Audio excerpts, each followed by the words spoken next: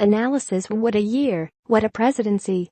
As someone who has been around this town forever and covered politics for decades, I am constantly asked about the Trump presidency. Has there ever been anything like this? The answer is no. No to everything. There's never been a president who endlessly litigated the last election, which he won, by the way.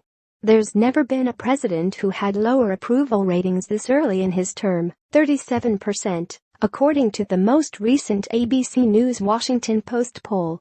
Never has a president called our justice system a joke and a laughing stock.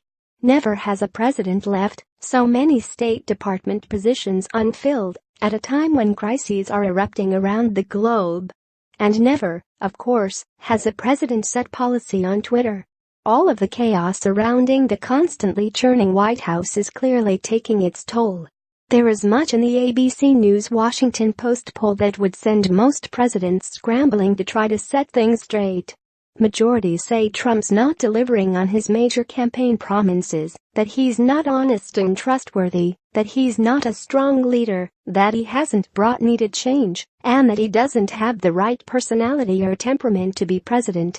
As he makes the rounds in Asia with North Korea foremost on the agenda, a shocking 2/3 of those polled don't trust Trump to act responsibly in handling that situation.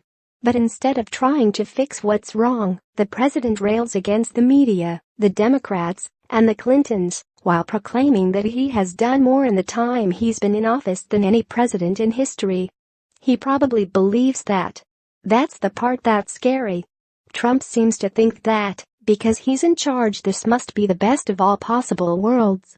Last week, when Fox News Channel host Laura Ingraham asked the president about the number of vacancies in the State Department, he replied, "I'm the only one that matters because when it comes to it, that's what policy is going to be." Some Trump voters now seem to understand that the election was all about him, that he is the one that matters, not them.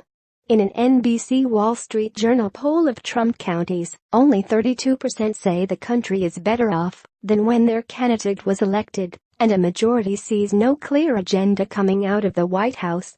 So now what? Where do we go from here?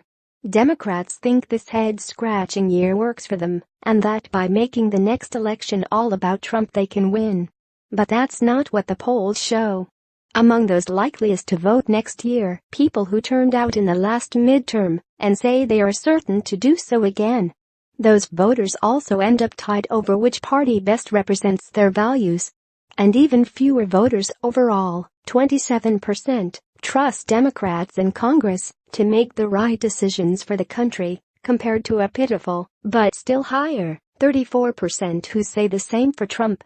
So no, there's never been anything like this. After a year in office, the Trump presidency has the country concerned and confused.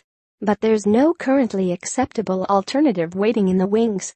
Cokie Roberts is a political commentator for ABC News. Opinions expressed in this column do not necessarily reflect the views of ABC News.